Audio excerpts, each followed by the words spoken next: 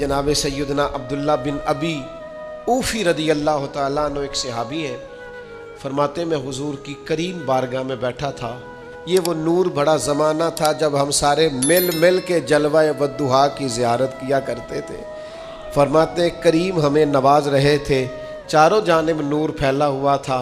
अचानक एक बच्चा आया, अस्सलामु अलैकुम के बाद उसने कहा या रसूल अल्लाह सल्लल्लाहु अलैहि वसल्लम मैं यतीम हूँ, मेरी वालदा है, मेरी बहन है। बाप के जाने के बाद भाई भाई हो ना निरे, फिर भी काम चल जाता है, लेकिन अगर साथ किसी को बहनों को साथ लेके चलना पड़े और घर में बेटियां हों तो बाप की गैर मौजूदगी में बेटियों को और बहनों को लेके चलना और माँ को लेके चलना बड़ी सख्त धूप में खड़ा हो जाता है। कई दफ़ा वो बेटा जिसके में ये ड्यूटी लग जाती है उसकी अपनी सारी ज़िंदगी कई दफ़ा थकावटों की नज़र हो जाती है और वो चला रहता है। बचपन बचपन रहता ही नहीं, जवानी जवानी रहती नहीं, डायरेक्ट बुढ़ापे आते देखे हैं मैंने लोगों पर। उसने आके अर्ज़ की हुजूर यतीम हूँ और वालिद चले गए हैं, वालदा है, बहन है, हम तीनों भूखे हैं कल से घर में। तो मेरी अम्मा ने कहा जा जाके मदीने वाले महबूब की बारगाह में अर्ज़ कर। तो हुजूर कुछ फरमाए, तो करीम ने फरमाया हमारे घर जा। हुजूर ने अपने काशाना नूर पे भेजा, वापस आए तो 21 खजूरें लेके आए। कहा हुजूर जिन उम्मुल मोमिनीन की खिदमत में आपने भेजा था हमारी अम्मा ने कहा हमारे घर में ये 21 खजूरें हैं, पर वो थी बड़ी बरकत वाली। हुजूर ने उस पर दुआ फरमाई और बरकत वाली खजूरें दे के कहा 7 तेरी हैं, 7 तेरी बहन की हैं, 7 तेरी अम्मा की हैं।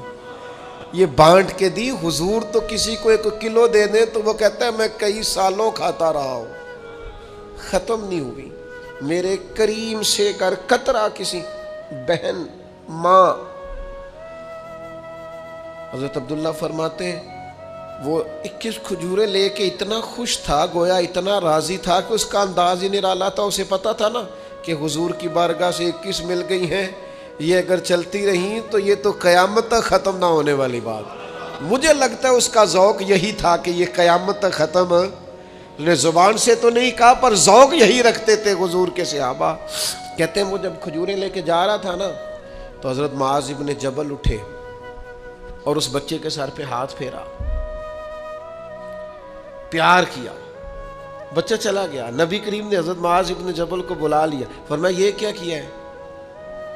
अर्ज़ की हुजूर बस मेरा दिल करता था, मैंने बच्चे से प्यार किया है।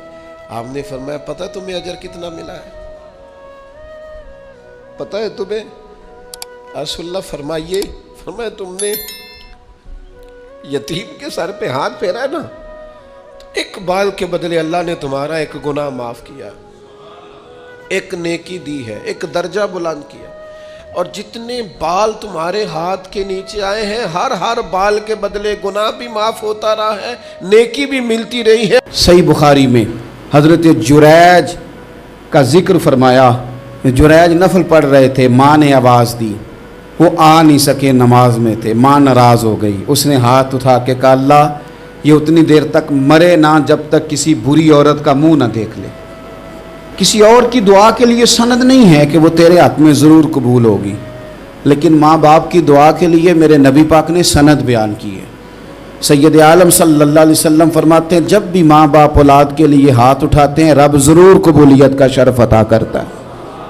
तो जहाँ सनद मौजूद है ना, कुछ इफ्तिताह अब्बा जी से भी करा लेने चाहिए, कुछ काम शुरू करने से पहले सिर्फ अम्मा से ही दुआ करा लेनी चाहिए। ये वाला इफ्तिताह भी बड़े काम का है क्योंकि यहाँ सनद बयान कर दिया मेरे नबी करीम। तो जनाब जुरैज की माँ नाराज़ हो गई, कहने लगी अल्लाह इसने मेरी बात नहीं सुनी। अब थे तो वो नेक, लेकिन रब करीम की हिकमत का तकाजा है, माँ की दुआ को भी कबूल करना था। अल्लाह ने आजमाइश में मुब्तला कर दिया। वालदा तो चली गई, वो एक खैमे में, एक कुटिया में, एक झोंपड़ी में इबादत करते थे, अल्लाह को याद करते थे, रब रब करते थे और लोग उनकी बड़ी तारीफ़ भी करते थे।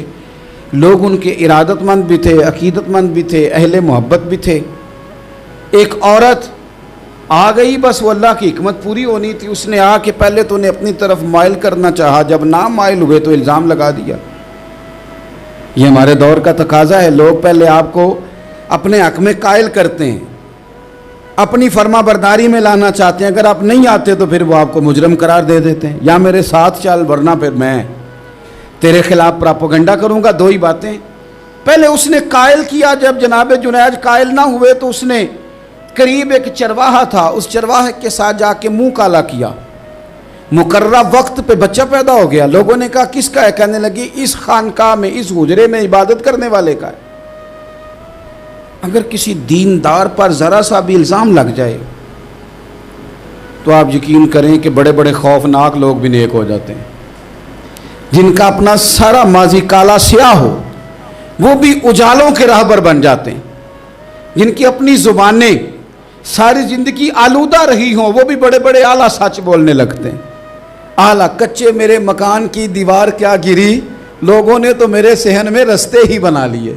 बड़े लोग आ जाते हैं, फिर बड़ा कुछ करते हैं और बड़े बड़े खौफनाक जुमले कसते हैं। बस को नुक्ता जो हाथ आ गया, ऐसे जैसे गिरने का इंतज़ार कर रहे थे।